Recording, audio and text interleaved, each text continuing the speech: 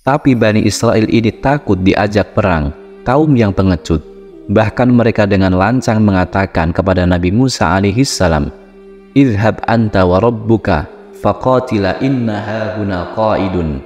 Wahai Musa, engkau saja pergi berperang sana dengan Tuhanmu. Kami duduk-duduk saja di sini.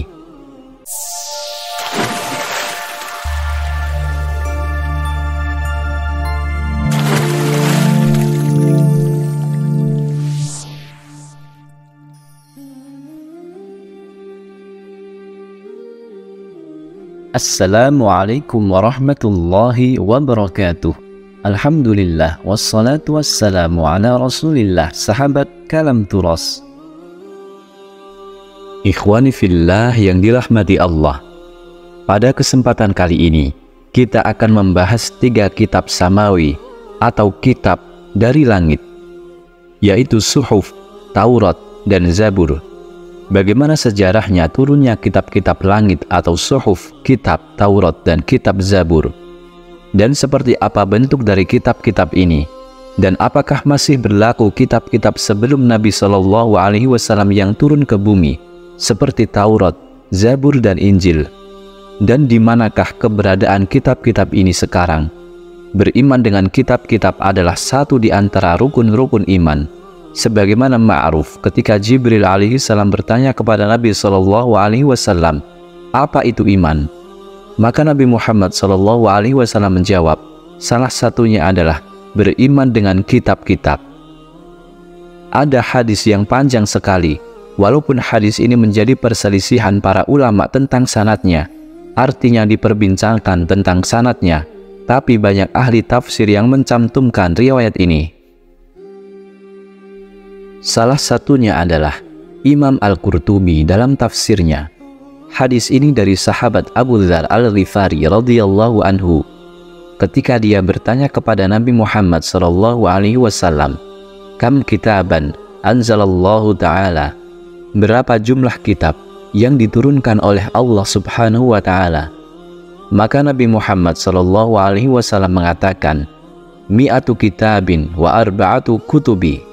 Semua kitab yang diturunkan oleh Allah Subhanahu wa ta'ala ada 4 dalam bentuk kitab dan 100 dalam bentuk lembaran-lembaran. Jadi semuanya adalah 104 kitab. Nah, yang 100 ini ma'ruf atau diketahui disebut dengan suhuf. Suhuf itu artinya adalah lembaran-lembaran. Adapun yang 4 ini disebut kitab, dimulai daripada Taurat, kitab Taurat, kemudian Zabur, kitab Zabur, kemudian Injil, kitab Injil, dan Al-Quran, kitab Al-Quran. Kemudian dijelaskan di sini, anzala ala Syith khamsuna sahifatan, wa anzala ala Akhnukh thalathuna sahifatan, wa anzala ala Ibrahim 10 sahaif, wa anzala ala Musa qabla Taurah 10 sahaif, wa anzala Taurata wal Injila wal Zabura wal Qur'ana. Dari 100 kitab itu Allah Subhanahu wa ta'ala bagi menjadi 4, yang mana 50 lembar itu diberikan kepada Nabiullah Syith. Dan Nabi Syith itu adalah Nabi yang disebut dengan Hibbatullah, pemberian Allah kepada Nabi Adam alaihissalam. Karena kematian Habil yang dibunuh oleh Qabil, maka diganti dengan Syith. Dan Syith adalah Nabi kedua setelah Nabi Adam alaihissalam. Nabi Syith inilah yang mendapatkan 50 lembar suhuf. Kemudian 30 lembar diberikan kepada Idris alaihissalam. Berarti semuanya sudah 80 lembar suhuf. Kemudian yang 10 suhuf lagi diberikan kepada Ibrahim alaihissalatu wassalam. Kemudian 10-nya lagi diberikan kepada Musa alaihissalam daripada Taurat. Jadi semuanya 100. Makanya Allah Subhanahu wa ta'ala menyebutnya di dalam surat Al-A'la yang sering dibaca setiap Jumat, inna hadza lafi suhufil ula, suhufi Ibrahim wa Musa. Sesungguhnya Al-Quran ini terdapat suhuf-suhuf para nabi terdahulu. Di antaranya adalah suhufnya Ibrahim dan juga suhufnya Musa alaihissalam. Adapun kemudian Taurat diturunkan kepada Nabi Musa alaihissalam, Kemudian Zabur diturunkan kepada Nabi Daud alaihissalam, dan Injil diturunkan kepada Nabi Isa alaihissalam. Kemudian yang terakhir Al-Furqan atau Al-Quran diturunkan kepada Rasulullah Shallallahu Alaihi Wasallam. Ini sejarah turunnya kitab-kitab langit. Sekarang kita rinci. Kalau disebut suhuf, maka biasanya identik dengan suhuf Ibrahim. Suhuf yang memang Allah Subhanahu wa Ta'ala turunkan kepada Ibrahim alaihissalam untuk model dakwah beliau menghadapi Namrud dan menyebarkan tauhid. Dimulai daripada Irak, kemudian hijrah ke Palestina, kemudian hijrah lagi ke Mesir, kemudian balik lagi ke Palestina, sampai kemudian balik lagi ke Jazirah Arab. Makanya dengan suhuf inilah Nabi Ibrahim alaihissalam menyebarkan dakwahnya, dan Ibrahim alaihissalam adalah salah satunya nabi yang disebut dengan Abul Anbiya atau bapaknya para nabi. Karena setelah Nabiullah Ibrahim alaihissalam diutus, bahkan seluruh para nabi yang mana jumlahnya, dalam hadis Abu Dzar Al-Ghifari ketika bertanya kepada Rasulullah Shallallahu Alaihi Wasallam, berapa jumlah para nabi dan rasul? Maka Nabi Shallallahu Alaihi Wasallam menjawab, jumlah nabi itu 124.000. Ada yang mengatakan 120.000, dan jumlah rasul 315. Jadi nabi dan rasul yang sebanyak itu, sebagian besarnya jika diutus setelah Nabi Ibrahim alaihissalam, maka semua nasabnya kepada Ibrahim alaihissalam. Tidak ada satupun nabi setelah diutusnya Nabi Ibrahim kecuali nasabnya sampai kepada Nabi Ibrahim. Dari dua jalur. Pertama, dari jalur Nabi Ishak, kemudian memiliki anak namanya Nabi Yakub. Kemudian Yakub alaihissalam memiliki 12 putra, salah satunya adalah Nabiullah Yusuf alaihissalam.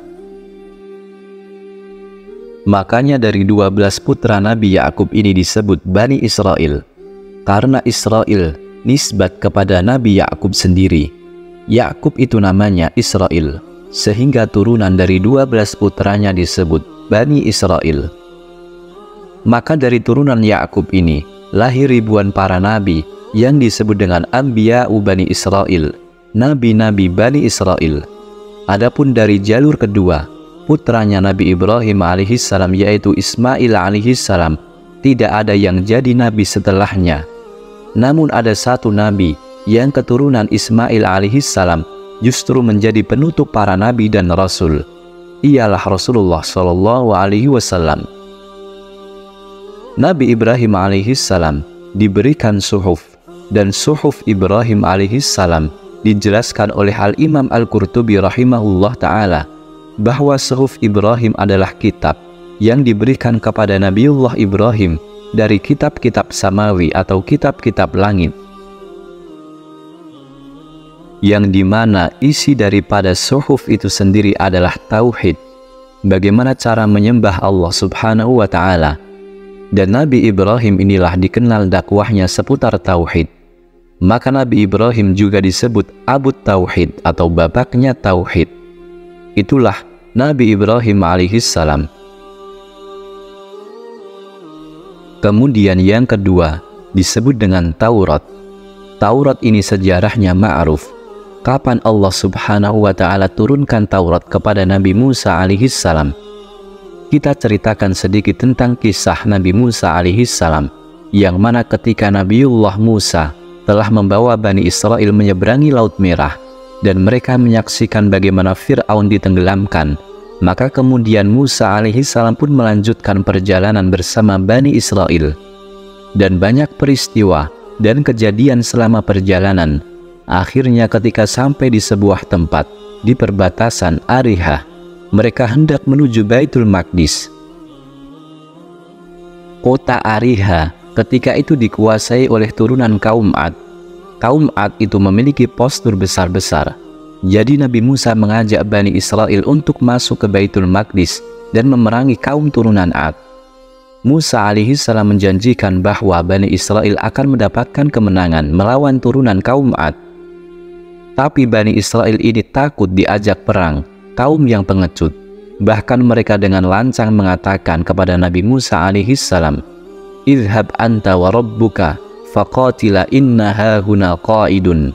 Wahai Musa, engkau saja pergi berperang sana dengan Tuhanmu, kami duduk-duduk saja di sini.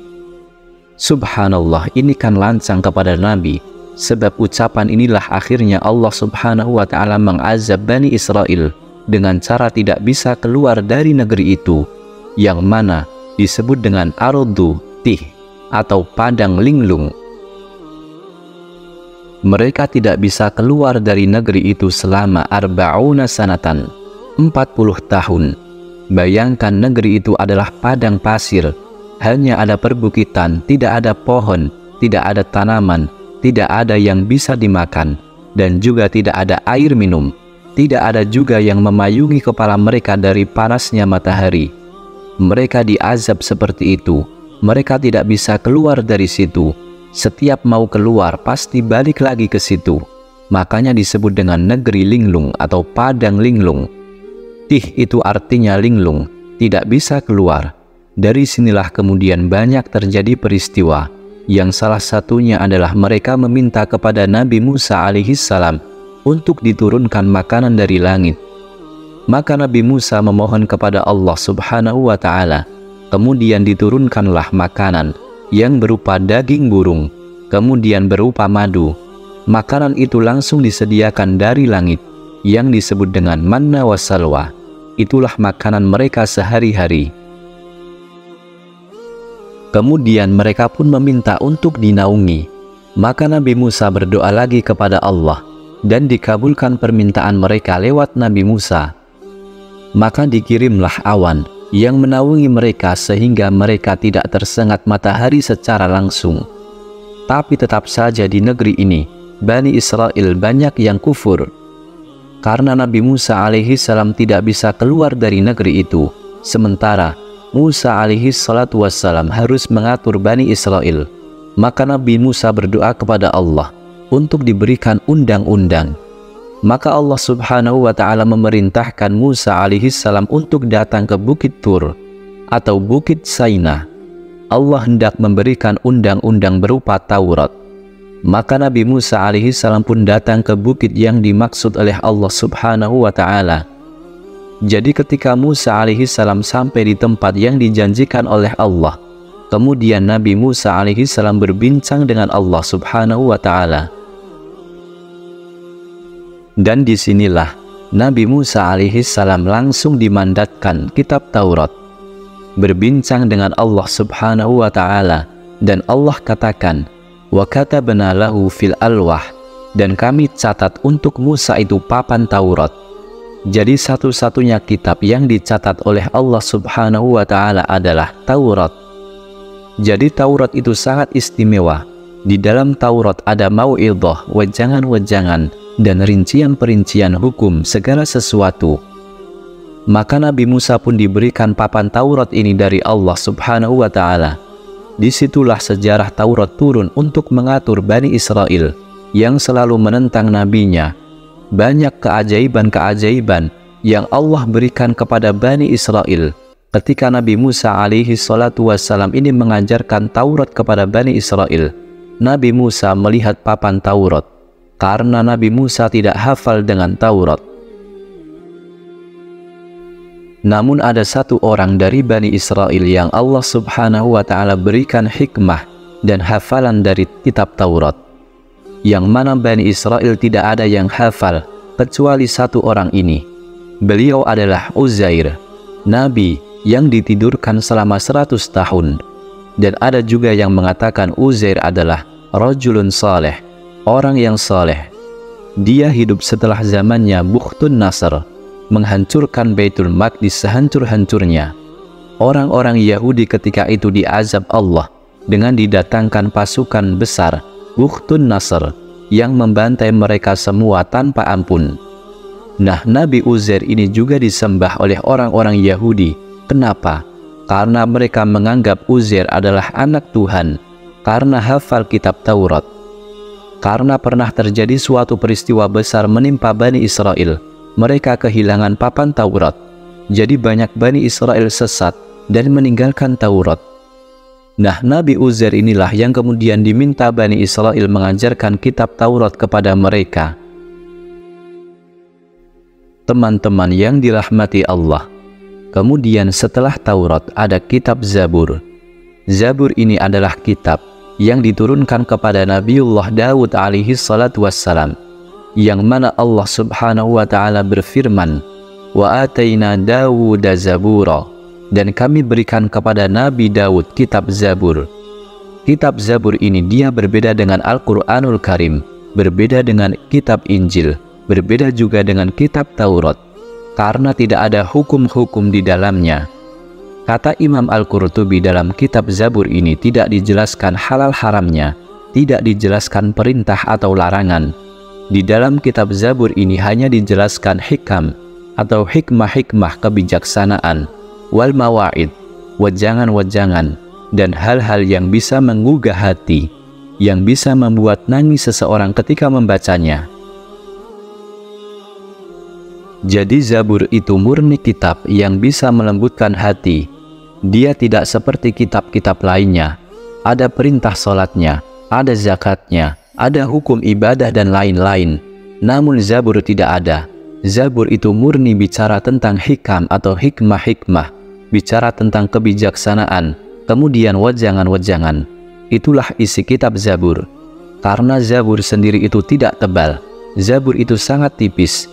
Bahkan dijelaskan oleh Imam Al-Qurtubi rahimahullah, Az-Zabur kitabu Dawud wa kana 150 suratan. Kata Imam Qurtubi, Zabur itu kitab yang diturunkan kepada Nabi Daud. Isinya hanya 150 surat saja, hanya 150 lembar saja, dan bentuknya hanya taronum saja. Teman-teman yang dirahmati Allah, Nabi Daud alaihi salam ini Allah subhanahu wa ta'ala berikan suara yang sangat indah sekali, dan dia bisa membaca kitab Zabur itu dengan 70 suara, di mana suara satu dengan suara berikutnya itu lebih indah. Jadi kalau Nabi Daud itu umpamanya membaca dengan suara yang pertama, suaranya sudah indah, kemudian ia ganti dengan suaranya lebih indah lagi, kemudian ganti lagi suaranya lebih indah lagi, kemudian diganti lagi suaranya lebih indah lagi. Jadi Nabi Daud ini punya 70 suara. Saking indahnya Zabur ini dibacakan oleh Nabi Daud alaihi salam, sampai-sampai Allah subhanahu wa ta'ala menjelaskan di dalam surat Saba ayat 10, walaqad atayna Dawuda minna fadla ya jibalu awwibi ma'ahu wat-tayra wa alanna lahul hadid. Dan sungguh kami berikan kepada Daud dari kami fadla, keutamaan yang sangat banyak. Salah satu keutamaan Allah yang diberikan Allah kepada Daud alaihi salam adalah suara yang sangat indah. Saking indahnya, kalau Nabi Daud itu membaca Zabur, itu burung-burung di mana-mana itu datang, dan macam-macam burung, semua burung hadir. Burung ini ikut berkicau, saking senangnya mereka berkicau mengikuti taronumnya Daud kepada Zabur. Sampai di antara burung-burung itu, saking khusyuknya mereka mendengar, mereka sampai lupa minum, lupa makan, sehingga ada sebagian burung itu ada yang jatuh mati, saking indahnya suara Nabi Daud. Ketika kemudian burung itu berkicau mengikuti taronumnya Zaburnya Daud alaihi salam, gunung-gunung ini cemburu. Masa burung-burung diizinkan untuk ikut berkicau bersama taronumnya Zabur? Kami tidak ikut disertakan. Akhirnya kemudian Allah izinkan gunung-gunung untuk ikut taronum.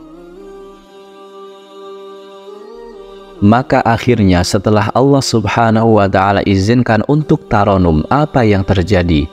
Yang mana kita tahu, suara gunung dengan burung berbeda, suara gunung besar. Jadi sudah Nabi Daud alaihi salam ini membaca Zabur, sudah kicauan burung dengan berbagai macam suara, tiba-tiba kemudian ditambah suara gunung yang keras. Jadi Nabi Daud alaihi salam ini akhirnya mengeluh, dan dia mengatakan, "Ya Rob, bagaimana engkau bisa mendengar suaraku, sementara suara burung lebih keras dan suara gunung lebih keras lagi?" Maka Allah subhanahu wa ta'ala kirimkan Jibril alaihi salam agar Nabi Daud alaihi salam dibawa ke dasar bumi. Kemudian Jibril alaihissalam pun membawa Nabi Daud ke dasar bumi. Sampai di dasar bumi, kemudian Jibril alaihissalam mengambil satu batu kemudian membukanya. Rupanya dalam batu itu ada dud atau ulat. Kemudian kata Jibril alaihissalam, "Kau dengarkan dekat telingamu." Tiba-tiba Daud alaihissalam mendengar tasbihnya ulat dalam dasar bumi. Kata Jibril alaihissalam, "Kalau ulat di dasar bumi Allah bisa mendengar, apalagi engkau yang berada di atas bumi. Biarkanlah gunung-gunung dan burung-burung berkicau bersama. Biarkan saja." Maka dari situ Nabi Daud tidak komplain lagi, dan beliau terus membaca taronum kepada Zabur sampai beliau wafat. Jadi inilah sekilas tentang kitab Zabur yang Allah subhanahu wa ta'ala turunkan kepada Nabi Daud alaihissalam. Dan setiap muslim wajib tahu bahwasannya dengan turunnya Al-Quranul Karim, Allah telah menghapus kitab-kitab sebelumnya. Al-Quran menghapus kitab Taurat, kitab Zabur, dan Injil. Tidak ada satupun kitab yang diturunkan saat ini yang memberi petunjuk untuk beribadah pada Allah dengan benar selain Al-Quranul Karim. Perlu teman-teman ketahui bahwa Taurat dan Injil telah mengalami penyelewengan, penggantian, penambahan, dan pengurangan. Sebagaimana hal ini telah dijelaskan dalam Al-Quranul Karim pada surah Al-Baqarah ayat ke-79. Allah berfirman yang artinya, "Maka kecelakaan yang besarlah bagi orang-orang yang menulis Alkitab dengan tangan mereka sendiri." Lalu dikatakannya ini dari Allah, dengan maksud untuk memperoleh keuntungan yang sedikit dengan perbuatan itu. Maka kecelakaan yang besarlah bagi mereka akibat apa yang ditulis oleh tangan mereka sendiri, dan kecelakaan yang besarlah bagi mereka akibat apa yang mereka kerjakan. Teman-teman yang dirahmati Allah, semoga ini bisa bermanfaat. Wallahu a'lam. Wassalamualaikum warahmatullahi wabarakatuh.